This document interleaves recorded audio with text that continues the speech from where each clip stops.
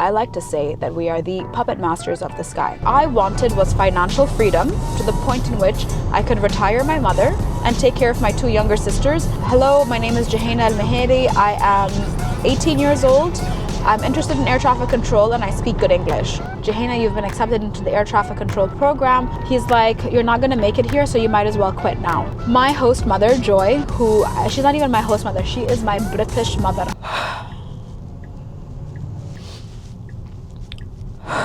I was the youngest Emirati woman to ever successfully complete the training. Space is the next chapter, so that's my plan.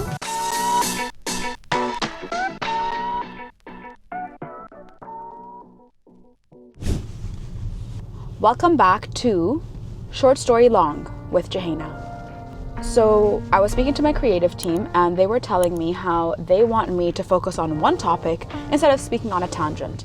And I've decided to do that. Today's topic, air traffic control. Everything air traffic control related, everything I've learned in the last 11 years. Yeah, actually 11 years and 1 month on the dot that I've learned in this period of time. I will tell you a little bit more about my career, which I don't usually do that much so on the podcast, and I decided to deviate away from giving the company I work for free publicity. This video is because I want to help broaden the horizons of people who think aviation is just pilots, cabin crew, and engineers. There are so many more people that are working in the background, making things happen. For example, when you go to a conference or an event, you are there to see the superstar that's on stage. But there's so much that happens in the background to get the superstar to look the way they do, sound the way they do, feel the way they do, show up on stage on time and everything. Now, air traffic control, I like to say that we are the puppet masters of the sky. And a quick tangent deviation, right now I'm on my way to the IFATCA conference. It's their 64th edition. Now, in air traffic control, we absolutely love abbreviations. So IFATCA stands for the International Federation of Air Traffic Controllers Association. It was founded in, I cannot remember when, so I will Google that for you and put it down here. Basically, they're to work with the rights of air traffic controllers around the world. I don't think they have the influence in the UAE yet, but we are hosting their conference, and I had gone to Singapore for a work mission to apply for the bid to use Abu Dhabi as a destination. We won the bid and now they're here a year later, which is amazing. And when I went to Singapore last year, I met so many different air traffic controllers from around the world. And even though we all look completely different, sound different, are from different parts of the globe, I just felt like I had a strong bond with almost every single person I had interacted with because of having air traffic control in common. I feel like you require a specific type of personality to be an air traffic controller. So today I decided to shoot my vlog. Today's day 4 out of 5 of the conference, and I've networked. I love everybody who I've met that's new. I was so happy to reconnect with everybody else that I met with last year. You know, we built a really good LinkedIn bond, and people were texting me on LinkedIn saying, oh, we can't wait to see you in Abu Dhabi. Let us know when you're going to be around. And I was like, well, I'm pretty sure at the very last minute they're going to remember I exist and then include me in the conference. And that's exactly what happened. I did the opening ceremony. It was amazing. My name is Jaheena Al-Meheri, call sign Joe. I'm truly honored to be your master of ceremony for this special occasion. I serve as a senior air traffic control officer, on-the-job training instructor, and examiner at the Sheikh Zayed Air Navigation Center, and have proudly served there for the last 11 years. We will start from the very, very beginning because this segment of my vlog is of course called Short Story Long. So we have to go all the way around, but the topic will remain the same, air traffic control. When I was in high school, everybody seemed to know exactly what they wanted to do in life. And I had absolutely no idea. No idea what I wanted to do in life. All right, I need to overtake this guy because it's just absolute jokes. Okay, and we'll hit the highway soon for nearly an hour, so then I can focus more on you guys. Matcha break. I don't like drinking coffee, so my swamp water in a glass, excellent. It's coconut water and matcha that I whip together with gut powder that my gut GUT powder that my functional medicine practitioner gets me to consume in the morning on an empty stomach. So here we are. Okay, cruise control is in, let's go. Okay, so when I was in high school, I felt very isolated because I had absolutely no direction in life. My day-to-day looked like me going to work on the weekends with my mother. Once I had graduated from high school, I realized my mom was really tired financially providing for all of us, taking care of everything. She was mother and father to us in terms of responsibility, and I could see she was tired. Being the eldest child, I had this feeling that I need to take care of that. I need to take care of my mother. I want to be able to financially provide, get my sisters through school, because I have an age gap of 4 and 5 years between us. So they were still in school, and I wanted them to have some sort of stability. All my friends in school seemed to know exactly what they wanted to do with life, and they had that direction, and I had absolutely none. And what I used to do, and I related to this when I was reading Michelle Obama's book, I would say different jobs to see what people liked, and then I would just go with that. And then I would see, am I possibly fit to be able to do that?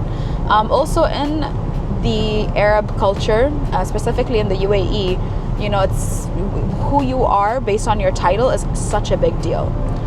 And now I realize that there's so much more to you than your titles. That's why even in my podcast I ask guests, who are you without the title? And I'm quite picky about who I have on the show, and so far everyone has had such a beautiful answer to that and not hesitated. Now I realize titles really aren't everything, but at the time it felt very important to keep up with that. And also I was literally a teenager. Like, my prefrontal cortex wasn't even fully developed yet.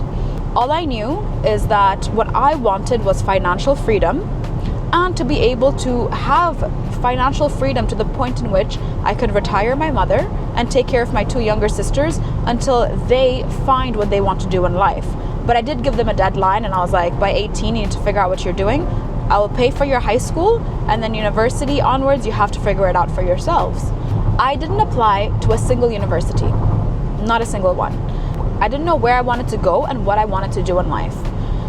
So everybody else was applying to university in 12th grade, finding out where they had gotten into, and I was just sat there like, yeah, I have no idea. I spoke to my mom. I said, I think I need a gap year. Now, the gap year was not this glamorous gap year that you see these Hollywood movies made out of. Okay. I just said I did not want her spending the hard-earned money that we were earning at the clinic, because my mom is a veterinarian and she had her own practice. I didn't want that money to be going towards my education when I had no idea what I wanted to do in life, but to go towards financially providing for our home and putting my 2 younger sisters in school and not taking away that stability. So I decided that I wanted to work with my mother, and she also said that that's a great idea. So I was working with her, and that's where I developed a lot of life skills. I developed a lot of life skills, learning how to speak on the phone, the tone of my voice to exude that I'm a lot older than I actually am, and also my people skills. My emotional intelligence was heightened and growing at a rapid rate, working with people who are coming to the clinic. They're worried coming to the clinic. The pets are worried coming to the clinic.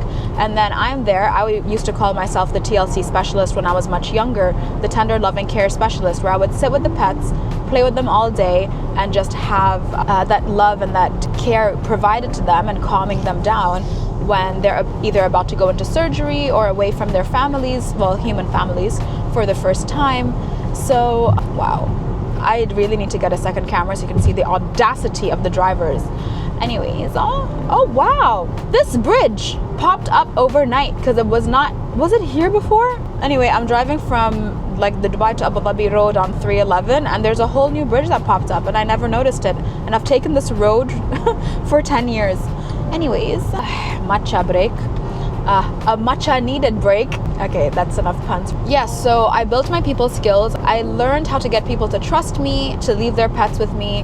I learned how to, create invoices and be somebody who is not shy to say, we've provided a service, here's your bill and you need to pay, which is great now when I am a public speaker. And I put my foot down. I'm like, I'm not showing up unless you pay me, because you're not going to get another Emirati woman with the experiences that I have to do a talk the way that I would. And this goes for every single public speaker. You are all individual. Each of us have different fingerprints. So everybody has their own vibe to give out into the world. And as a public speaker, you need to put your foot down and ask for money. In that 1 year that I was working with my mother, I was basically like her all-in-one. I was her receptionist, her personal assistant, her daughter, also sometimes taking on role of mother because I felt I should take care of her, which I'm happy I did. I grew up overnight.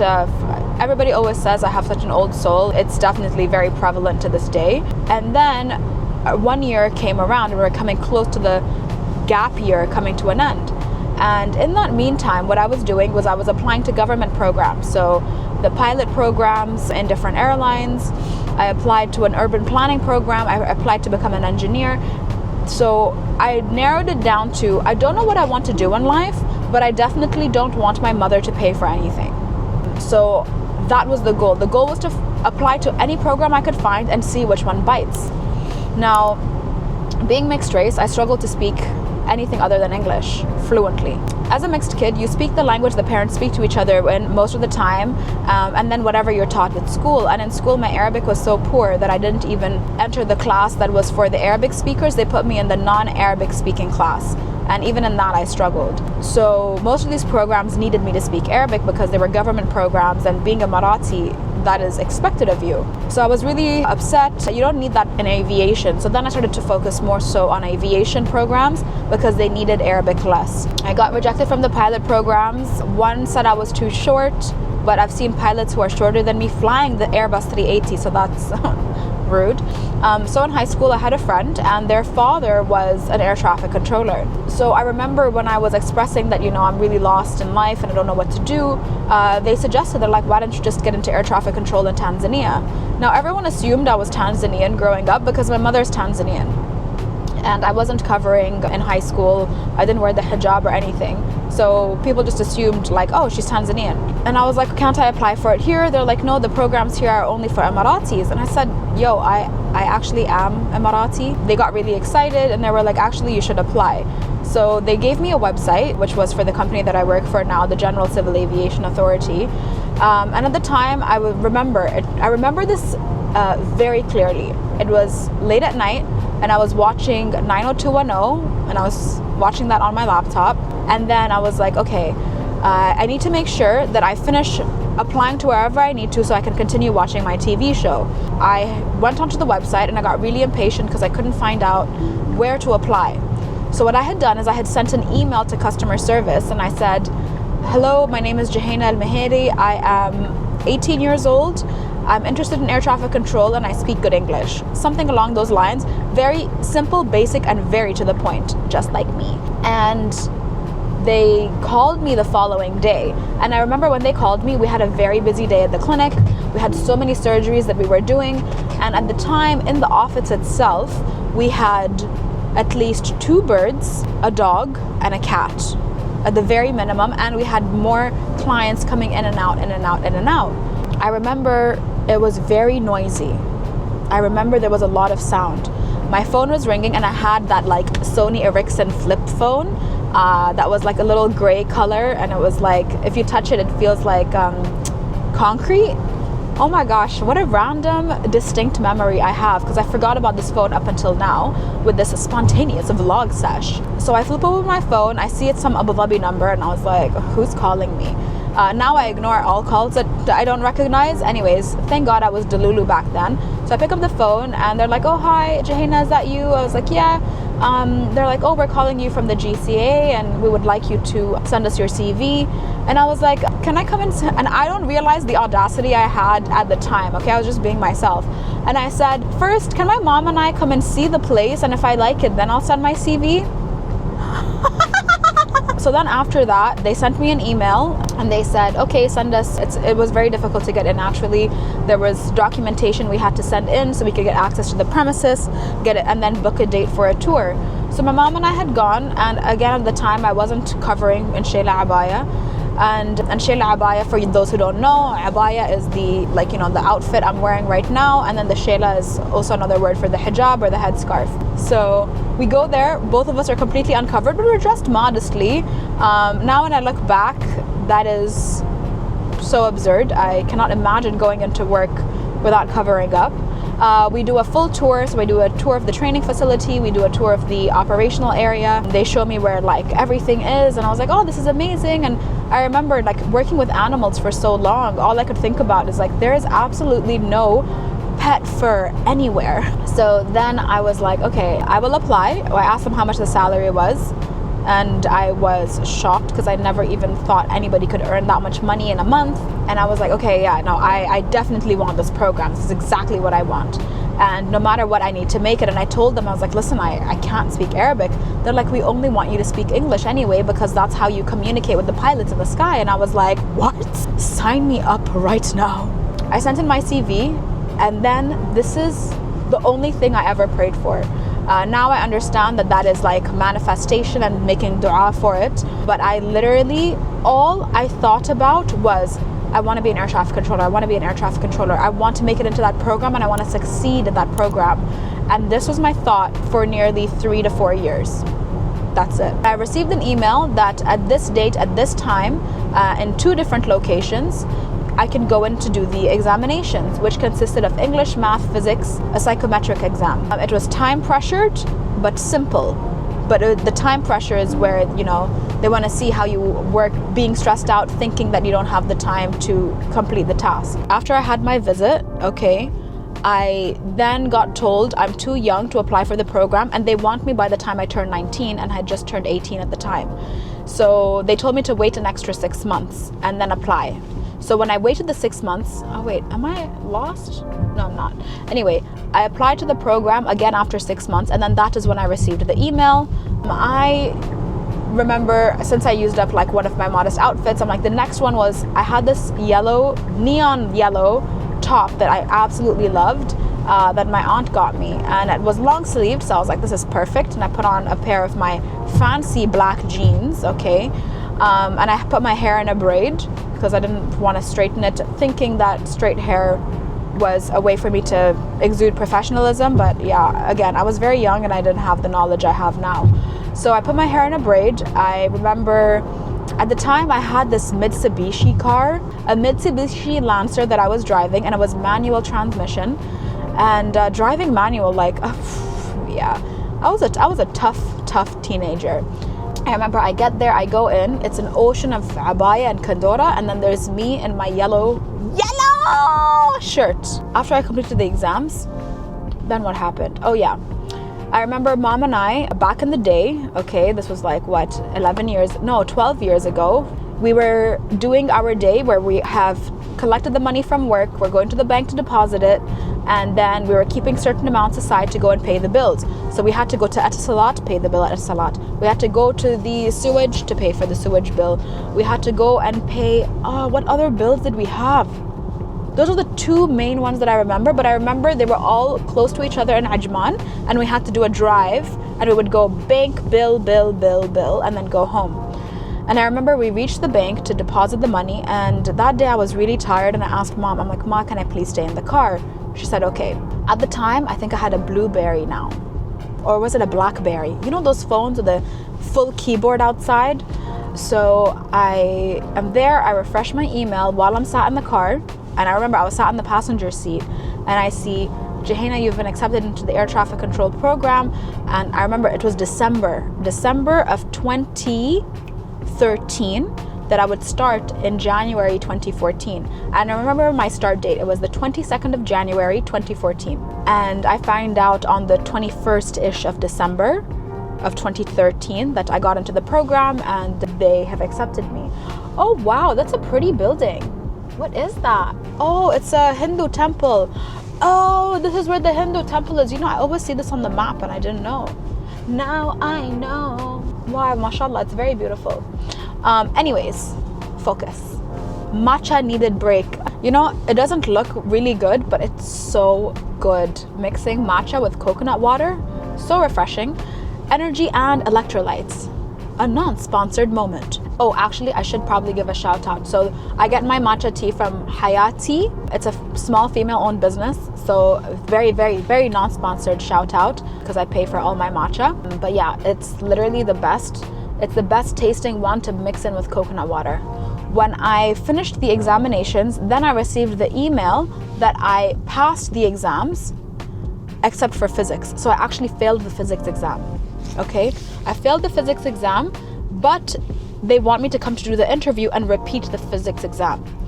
So yes. Oh, I remember that now. Yeah. So I did that. I got ready and then I went for my interview, and for my interview I fully straightened my hair. Again, I didn't go wearing shayla abaya, which now when I look back is absolutely mortifying. This is a very different route it's taking me through today. Okay, so I didn't wear my shayla abaya. I go in for my interview. I was dressed modestly, but I had my hair out and it was straightened. I do the interview, I passed the interview, and they tell me, you have passed the interview, now you're gonna do a physics exam. And remember earlier when I said there was a psychometric? Now is when I do the psychometric exam. Once you pass the interview, I repeated the physics exam, I passed it, and then I did the psychometric exam and I passed that as well. So then I get the email to formally tell me, oh, Jaheina, you've been accepted. Oh my God. Oh, how exhausting that is. Let me get on the road. Oh my gosh. Anyways, I parked off on the side of the road and adjusted the camera, and I figured out why it was doing what it did. And now we're back. We're back on the highway. Alhamdulillah, actually, I ended up there because, you know, now I can very smoothly, I could have parked on the side and not on the highway and then do this. Anyways, yes, and then that's when I remembered like where I was at. So I got accepted into the program, and then that's after doing the interview, the psychometric exam, and repeating my physics exam. Then I got that email, which I mentioned to you on the 21st of December.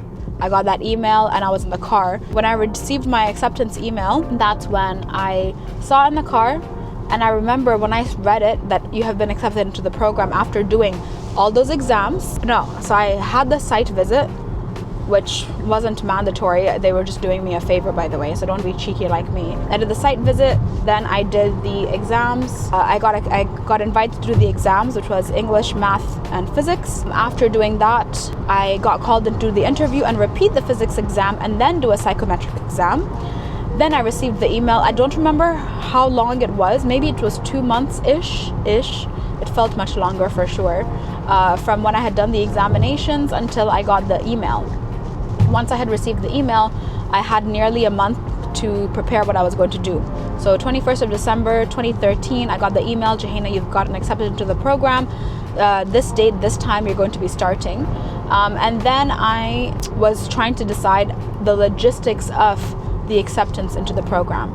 So I was based in Ajman at the time, and then had to drive into Abu Dhabi every day. So that was one of the options. My mom said, no, air traffic control is known to be one of the most stressful jobs in the world. Better for you to just move to Abu Dhabi and stay there. So then we were looking at how to do that. I don't think I was legally allowed to rent a place yet.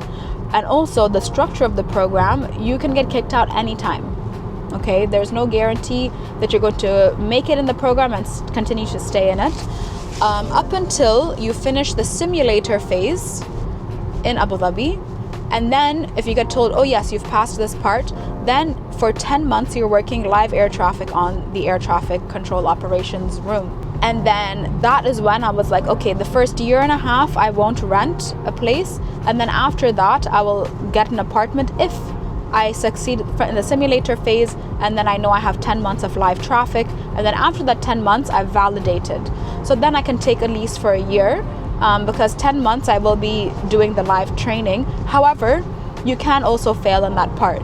So anyways, I decided to move into Premier Inn Hotel in Abu Dhabi International Airport because it had just opened at the time, and because they just opened, they gave us a really good deal for every month. After I left, Mom continued to just kind of be really tired. Then I wasn't there to support her, and she was a little bit stubborn about getting an assistant. And then I don't think the clinic lasted much longer, and she just decided to like close it down.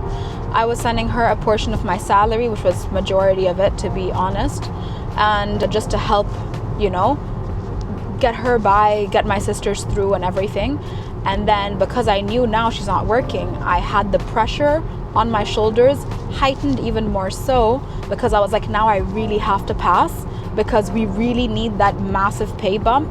When I'm a trainee, I get a salary that's set that isn't really that high, and then when I graduate it's 5 times that. So I was like, I have to get that salary immediately, because as my two younger sisters were continuing to grow, going from one grade up into the next, the school fees were also increasing. So by the time I would finish the program, they would be close to, I think, 10th to 12th grade, something like that.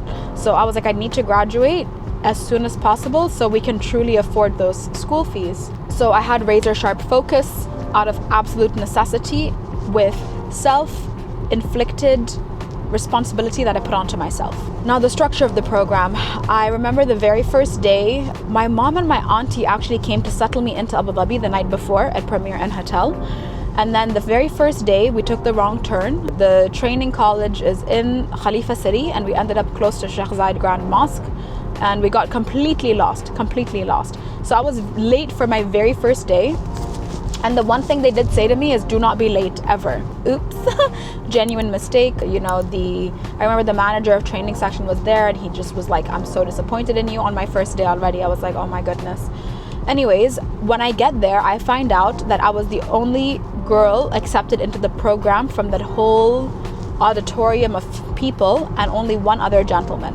That's it. So it was just two of us that got recruited into the program, and I was informed once I passed the initial courses, then they will put me with a different batch that was already there 6 months before. So remember how I told you they're like, no, you have to wait 6 months? That batch got recruited, and then we're waiting for 2 more people to get recruited. So we're a total of 6 people to get sent to the UK to study. So I get in, there is a course where you're learning all your location indicators, your airline designators, the phonetic alphabet, the numbers that are also for the phonetic radio telephony language. Now, I'll break it down. Location indicators are everything that is followed is from ICAO, which is the International Civil Aviation Organization. What they do is they basically regulate everything around the world to be uniform for civil aviation. A matcha needed break. Delish. Anyways, what was I talking about? So everything we're following is from ICAO, which is the International Civil Aviation Organization.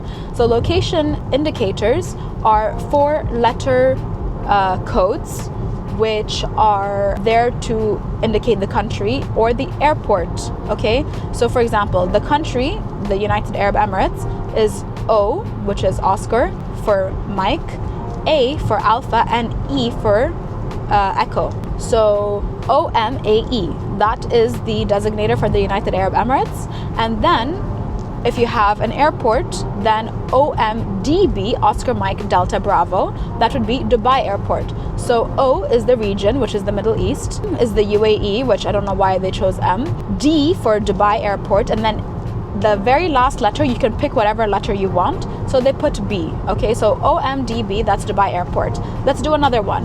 Abu Dhabi Airport, which was known to be Abu Dhabi International Airport before, is now Zayed International Airport, but the location indicator has remained the same, even though the airport name has been changed. So it's O for for the region of the Middle East, M for UAE, Oscar O, M Mike, A for Abu Dhabi, A, and then they put another A at the end, AA. So Oscar Mike Alpha Alpha, OMAA, that is Abu Dhabi Airport.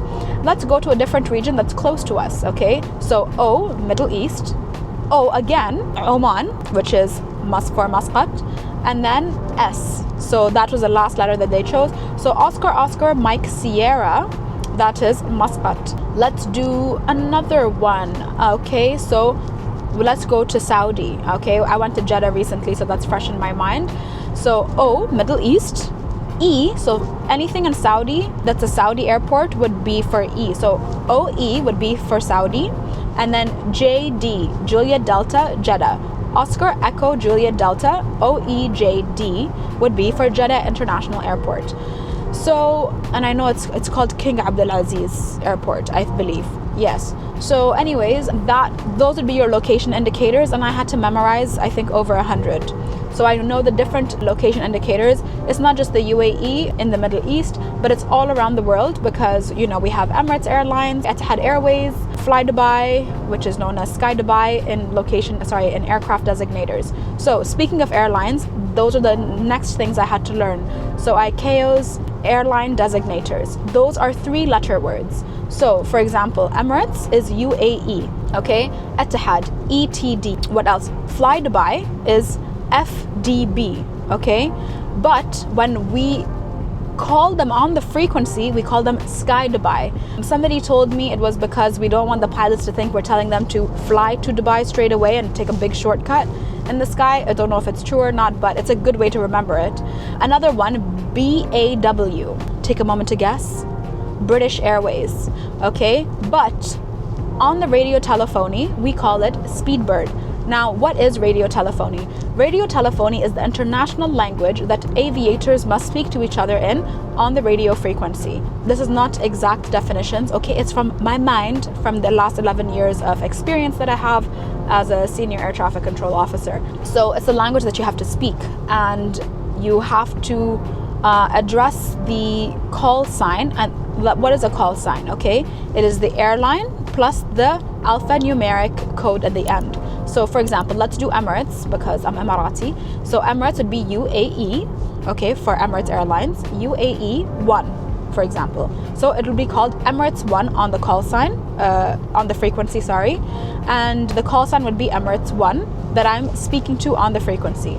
And remember earlier I was saying Alpha, Bravo, Charlie, Echo, Sierra, whatever. These are phonetics of the phonetic alphabet. So you know when you're on a call center, well, most of them are AI chatbots now, but remember back in the day when you would call somebody on the phone and they're like, oh, can you spell your name please? And you're like, J for Juliet, O for Oscar. That is a phonetic alphabet. So there are words for the phonetic alphabet which you have to follow. So A, Alpha, B, Bravo, C, Charlie, D for Delta, and so on. You can Google that, okay? So I had to memorize all of that, and then after I finished the training, I think it was a 6-day course, so the 5 days of the week plus the last Monday the following week. Once I finish that, then I become an air traffic control assistant where I do the on-the-job training for that. So then that is when I got sent into the operations room. I dreaded working nights because I used to identify as a morning person. I do not anymore, okay? Growth. I used to wake up at 5 a.m. I would work out. You know, I was a ballerina as well for 14 years. So I would have like my stretching practice and my strength and conditioning so I could perform well. Anyways, I was dreading having a night shift. And guess what my very first shift was as a shift worker? 2 night shifts in a row, and then I had a couple of days off. I really struggled to prepare for it. I was very tired, but thankfully, you know, the stakes weren't that high. I was just working as an assistant, making sure that all the input into the radar was good enough for the controllers to have correlated targets on their radar screen.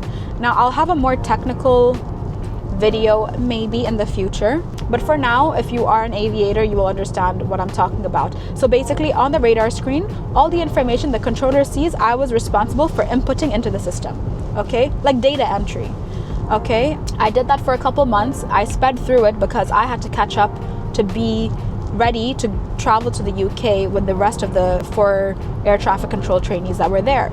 And while I was on shift, I remember this is actually how I met one of my closest friends. To this day, we are still really, really good friends. I won't mention his name because he hates anything related to social media. And I remember I saw him. Now, specifically at our work, we have a very bright colored lanyard. Like everybody at work knows that you are a trainee because you wear this bright colored lanyard. So I saw him and I was like, oh, you're also a trainee? He told me his name and he's like, yeah, I know who you are. They sent out a welcome email for the new employees. And I was like, oh, so everybody already knew who I was, and I was going around introducing myself. Oh my gosh, I just realized I forgot to wear my hat. No sun protection today. Anyways, so then I sat down with him and we went to I was like, where can we sit and have a conversation? Because I would like love to pick your brain about, you know, how everything works around here. And he's like, oh, let's just go sit in the computer room. And then he could show me like, you know, how the roster works and things like that. So we went in, there were 3 seats, and then there was another gentleman who came in, and he doesn't work with us anymore, but he came in, he saw me, and this is the first time I ever actually got insulted in like an air traffic environment. He's like, you're not gonna make it here, so you might as well quit now. It was day 6 that I got recruited. Day 6, okay, of me actually going to work, but a couple of days more, 6, 7, 8. 8 days into me being, my 8th day being an air traffic control trainee. That's what I was told. And I was like, wow, that's really not very nice. I did have more comments similar to that said to me, which I decided not to listen to because, you know, you're always gonna have people who aren't that supportive. But I decided to focus on the people who are supportive. So I focused on speaking to my friend and my batchmate He really helped me a lot. And then he's like, yeah, we're going to travel to the UK, which I knew was going to happen. So I finished my air traffic control assistant training, and then maybe a couple weeks later we were sent to the UK. Okay, so we were sent to the UK. We're flying, you can choose between Abu Dhabi or Dubai airport. I chose Dubai airport, so I was flying Emirates with the guys, and we all went, and it was good. We got there, it was very cold. I think it was the month of September, and we were going to stay there until December, almost till January. It was like a 4-month, September, October, November, December. Yes. So we're staying there for 4 months. So we were done by December. I packed warm clothes, but they weren't nearly warm enough. What they did is they would put us in host families. And my host mother, Joy, she's not even my host mother, she is my British mother. I love her so much. To this day, we still keep in touch 11 years later. I absolutely love her so much. This is a big shout out to her. She has a very special place in my heart. She always will. There was miscommunication with the school of what time I'll be arriving, so I had to stay in a different house that evening, and then in the morning she would come and pick me up. So then I had to stay in the same house as one of the other boys who was there, and it was this lady who had like a 5-bedroom house, and she would keep host children. So, well, I say children, but we were like teenagers, like adults almost. So I had my own room downstairs, one of the other boys was upstairs, and then I spent the night there, and then I knew what time Joy was coming to pick me up in the morning, so I made sure I was ready for her. I go to her house, and it was such a nice house, and it was just me and her, and I think she had a son as well. So yeah, she did have a son whose name is, which is wild because I ended up marrying a man also called, well, that was his nickname, which is, now when I look back, actually, that's crazy. I never would have known it at the time, which is wild. Anyways, focus. So I stayed with Joy. This woman, mashallah, she gave me the stability I didn't realize I needed at the time. She was very maternal. She would come home, and like every day was the same, and I loved that routine because growing up, no day was the same. Okay, no day was the same, which now when I look at it, air traffic control, no 2 days are the same. So my childhood, I wouldn't use trauma, but my childhood almost instability really helped me be a better air traffic controller, in my opinion, because I was used to being able to adapt and change with the madness of my life. So I really loved the stability that I had with Joy, and she really was a mother figure to me, and she still is to this day. And the first couple of weekends I would go out with the guys, and then I was like, I would rather stay home with Joy and her mother, and we would watch, what's the name of that TV show where they sing and it's like a competition in the UK specifically? I cannot remember the name of it. So I think maybe the last 2 months I stayed home with them, but the weeks before that I would go out with the boys, and I absolutely loved it. I loved going out with them, but I also loved staying home with Joy and Nan. I still called her Nan. I loved taking care of her because I always took care of my grandmother. Yani, why are you trying to overtake me, bro? You're a sandwich between a truck. I'm not moving. I am not moving. What? Moron alert. I forgot what I was talking about. Yes, so I absolutely loved hanging out with Joy and Nan lived in the countryside, so she had cows in the fields and the lavender fields, and I would go and play with the cows, and I think I stopped eating beef while I was there because I was really upset that cows are so nice. Oh my gosh, just having this moment to remember and reminisce. If I could go back, I would go back to those 4 months minus the stress of everything. Joy always told me, she's always saw a lot of potential in me, and she's like, Joe, you're gonna be like in magazines at Famous one day. And I was like, yeah, I don't really see that. She was right. I'm not famous, but I was included in a bunch of magazine articles. So I absolutely love her so much. She made those 4 months amazing. She was the best part of those 4 months, to be honest, and hanging out with her mother as well. And they made me a part of the family. We would have like Sunday roasts. So fun fact about me, I can make a very, very, very good Sunday roast, which is very unexpected of me being an Emirati woman. But I lived in a British household for 4 months, and I was just really like deep into the culture of Sunday roast, which I loved. Oh my gosh, what a great time. Sad update that Nan passed away, and I remember the night that she passed, I remember waking up, and I was married at the time, so I woke up and I just started crying because I had a dream where she came to me and we were just hanging out, and she's like, okay, it's time for me to say goodbye. And I woke up, and I remember I woke up and I was crying, and my husband could hear me, and he woke up and he's like, "Are you okay?" I was like, "I think she passed away." He's like, "I think you should message Joy." So I did, and I was right. She did pass. I was very sad. I think I still am sad when I think about it, to be honest, because with COVID, I wasn't able to see her again, and I think she passed away shortly after, so that actually has really brought my mood down now. I need a minute. Oh my god, this is so unexpected. Why did the car wash guy move my tissues? And I'm wearing white today, and if I keep touching my face, I'm gonna put makeup all over myself. I have moments like this after the divorce when I just cry all of a sudden, but none deserves it. I think she would have turned like 97 or 98 this year as well, so she did have a very long life, and I really liked the story she would tell me. She was in the military. No, she wasn't in the military. She was there through one of the world wars. I think it was number 2. And she had this huge scar on her arm because she would, oh my gosh, I've never cried in front of a camera before. This is so embarrassing. She would tell me how all the women had to stay back and, do all the jobs that the men had done when they were gone off in the military. Oh my gosh, I really hope I didn't look like I'm crying when I get there, because I'm so close to the venue now. Oh my gosh. I have a rule about not crying at work, so I really need to get my act together. Anyways, she used to tell me a lot of stories, and she was amazing.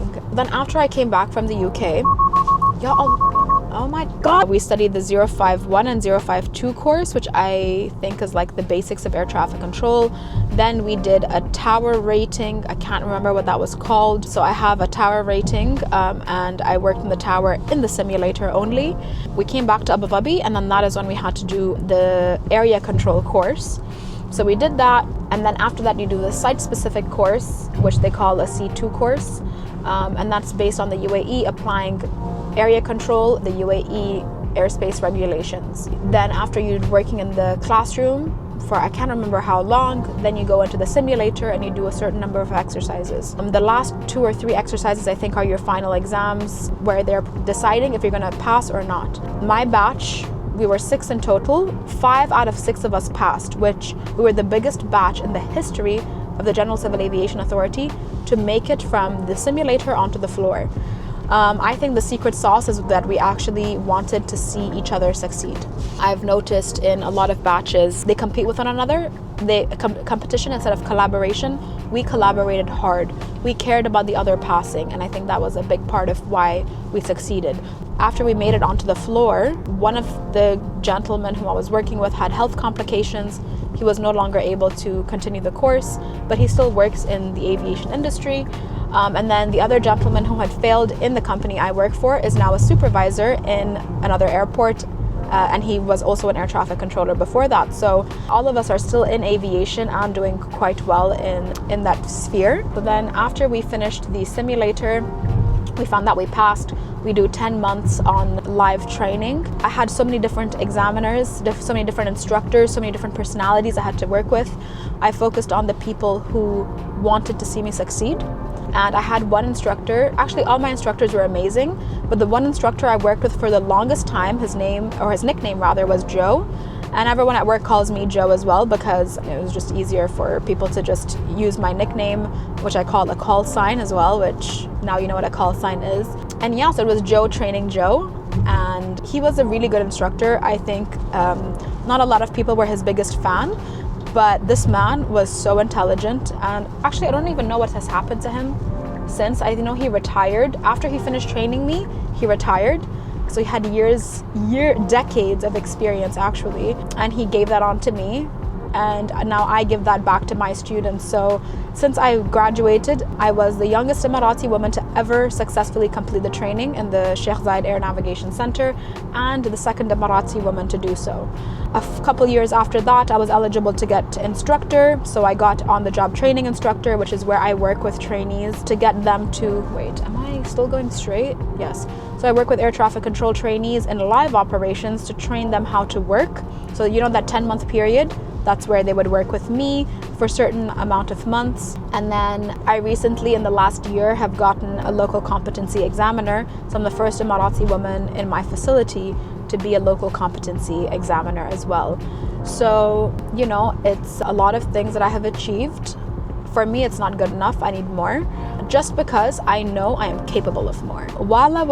After I graduated from the air traffic program, which in aviation lingo is validated, I applied to do my bachelor's in air transport management at Emirates Aviation University, and I got a dual award from Coventry University in the UK. I graduated with honors a couple years later. It took my sweet time to finish that degree. It took around 5 years, because in between I got so burnt out working as an air traffic controller, working out, having a lively social life, and doing my degree, that I burnt out. I was so tired. I got into a car crash, survived it, alhamdulillah, but it made me question life. And that's a topic for a different day. So that's why I took time to finish my degree, but I did finish it in the end, which alhamdulillah for that. In that meantime, I was trying to decide what I want to do with my master's, and I have finally decided what I want to do with my master's. I want to get a master's in space operations. So I applied recently to the Embry-Riddle Aeronautical University. They have a worldwide campus, which is all online, which works perfectly for me as a shift worker. So I've applied for that program, and I am going to find out if I got in pretty soon. I really, really hope I do. I really hope I do, because I finally know what I want to do with myself. Career-wise, I think that I want to grow, and I cannot grow to my full potential where I'm at. And instead of sitting around and complaining about it, which I have done once on the podcast, not complaining, but recognizing it, I was like, okay, what can I do? And that's why I said, okay, what can I do that is the future, that'll sustain me, that will fulfill me, that it would also serve myself and my country. And space is the next chapter. So that's my plan. On the side, I have a podcast. I started a podcast because I kept trying to apply for internal vacancies. I continuously kept getting rejected. Don't know the reason. I did ask for them, but I didn't find out why, which literally not so gorge. I decided to start the podcast because after getting yet another rejection, I was like, yeah, I'm done. I need to apply myself in some sort of way. So what I had done was I had saved up money to do my master's degree. So my initial plan to do my master's was actually, is this a two-way road or a one-way road? I can't even tell. Wow, look at these trees. Mashallah. Oh my gosh, you know, mom would love to hug these trees. They're so big, and like the tree trunks, they're at least 20 years old at a very bare minimum. Wow. Anyways, I can focus at work, but just not when I'm outside of that place. Yeah, so I saved up to do my master's degree. The plan initially, and I got accepted into that program, was to do my master's degree at Emirates Aviation University in, shocker, air transport management, and just get another degree in that to say that I have my master's in it. And alhamdulillah, I didn't do that. I used that money to start my podcast, which I started in 2024. So the podcast is a little over a year old now, which awesome. And it's connected with me with so many amazing people. The point of the podcast was to learn life from different people who have lived it and achieved so many different things. So I'm interviewing people from all walks of life and doing that, and I absolutely love it so much. I would have actually really loved to interview a British nan. I asked my grandmother if she wanted to do it. She said no. So here we are. Maybe, you know what? I can trap her into a secret podcast by doing a vlog when she comes to visit me. She'll get in my car and we'll have a chat. Yes. Yes. That's a great idea. Anyways, I process my thoughts while I speak, so yeah. I'm almost at the venue now. You know, I love water that's cold but not too cold, and this machine I have at home, perfect temperature. Anyways, so now I have the podcast. I started vlogging because after my divorce, I was like, why not? I don't have somebody in my space that doesn't want to be part of it, so I decided to go for it, and I've really been enjoying it. I'm at this conference now where they asked me to do the opening ceremony on Monday.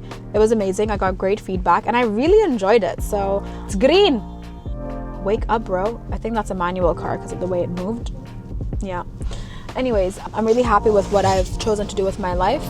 I am a wildly ambitious person, so where I'm at isn't good enough in terms of my career, but I'm very happy in life in general. I'm grateful for my divorce. I'm grateful for everything. Also, I did add to this statistic of shift workers being divorced. I don't know what the statistic is, but it's a pretty high one, and now I'm part of that, so YOLO. And yeah, this is my life after that, being a shift worker. Maybe that's another segment that I should do. I think that's a separate episode on its own. But you're a shift worker, you're gonna miss out on birthdays, graduations, celebrations. That's the point. You have to serve the skies of your country. So, and if you're not from here, you know, I feel like majority of us are expats, or majority of the controllers are expats.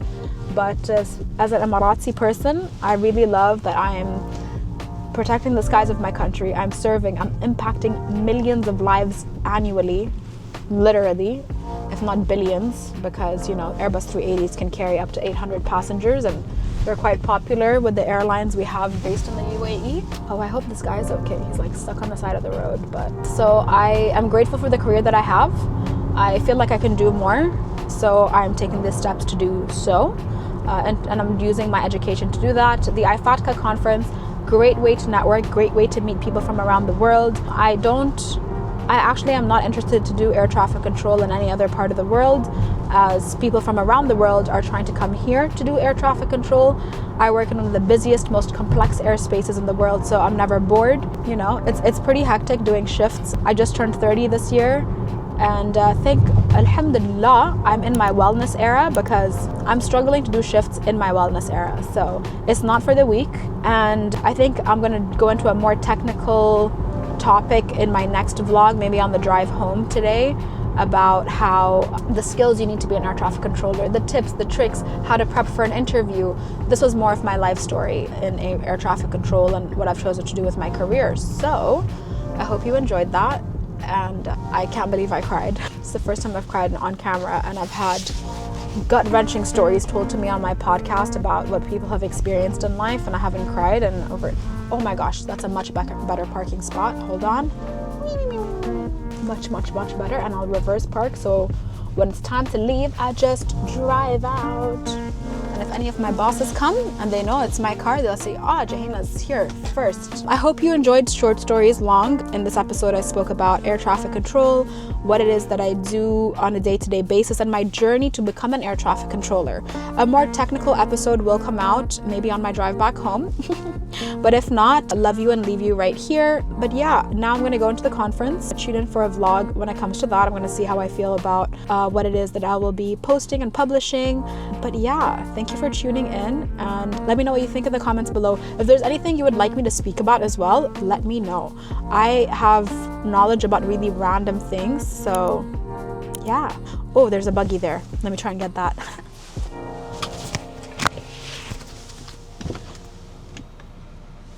No, I'll just wait it out. I'll wait it out.